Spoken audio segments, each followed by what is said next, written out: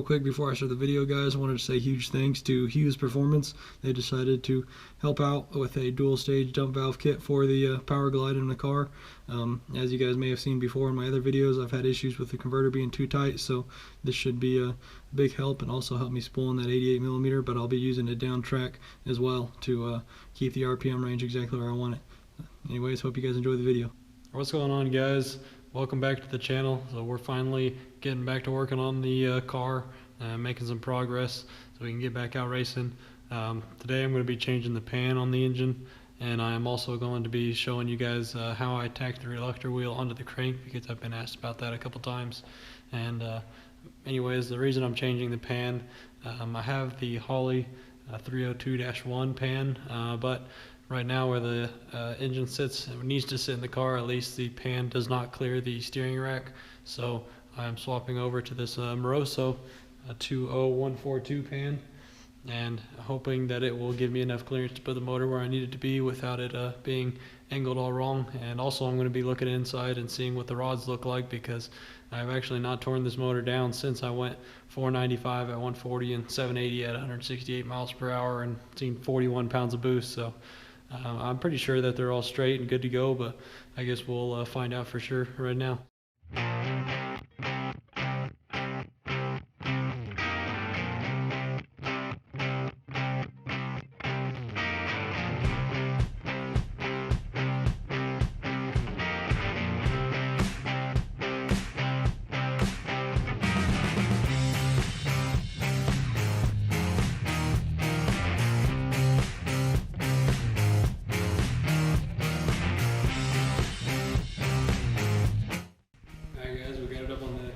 Stand, so now it's time to flip it over and probably dump oil and coolant all over the place.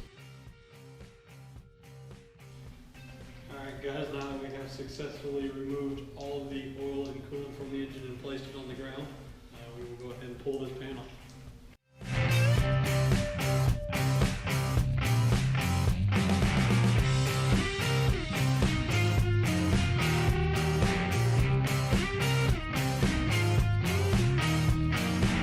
I'll give you a quick look inside just before I actually pull this windage tray off.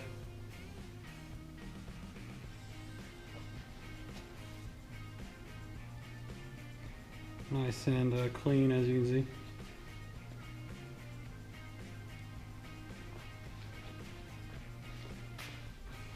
Look at what the oil looked like in there.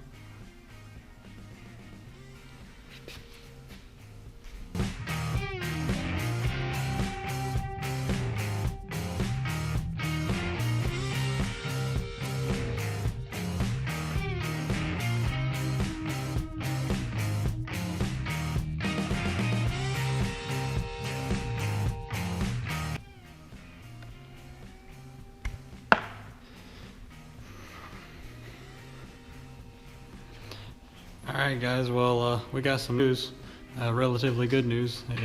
They all look pretty straight to me, so.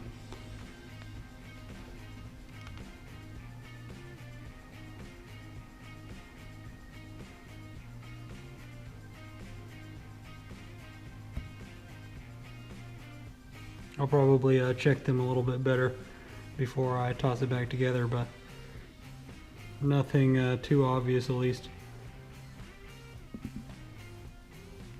And also here you can see the reluctor where it is tacked on there one time, and then you can't quite see it, but a little ways around there's another tack, and then I don't think there is any on this part because that would cause issues with how it reads, but it's just tacked on right there in 2 or 3 places onto the crank. So there's that. Alright, so now I'm going to get this pan put on, just temporarily. I don't have the pickup tube or anything in there because it's going to be coming back apart later on anyways, whenever I get some nice new heads that I am excited to show you guys, and a few other things.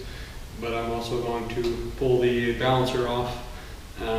I'll be running an ATI balancer to run the mechanical fuel pump. I'm going to get that pulled off, get this pan put on, put the trans back on the motor, and see if I can test fit it in the engine bay and see if the new pan clears the steering rack, or figure out what I'm going to have to do.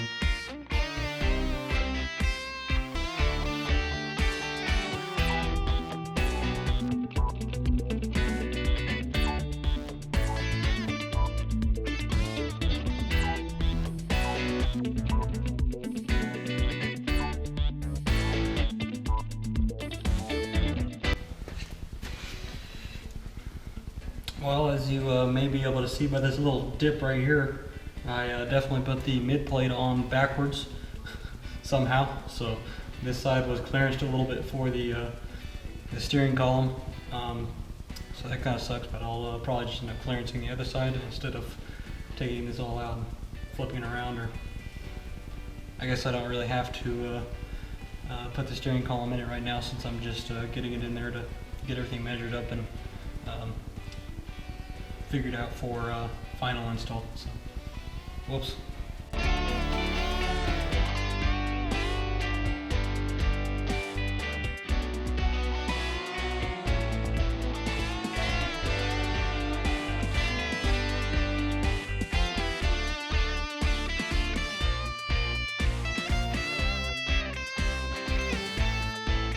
Alright guys, the GoPro died on me last night, so I believe it still caught once I actually got the motor in. I got the motor and transmission in, and found out that the mid plate, I ended up putting it in the wrong direction, and I thought that wouldn't cause any issues other than the part that's clearance for the steering column, but I found out that it actually it's not perfectly centered or whatever, so it moved the transmission mounts a little bit off, so the engine's not centered. So I'm going to go ahead and get the motor pulled out and flip that around and put it back in there, and then we'll get it all measured for the motor plate and get all that ordered, as well as the fuel system and everything from Bob Eddy at AEI.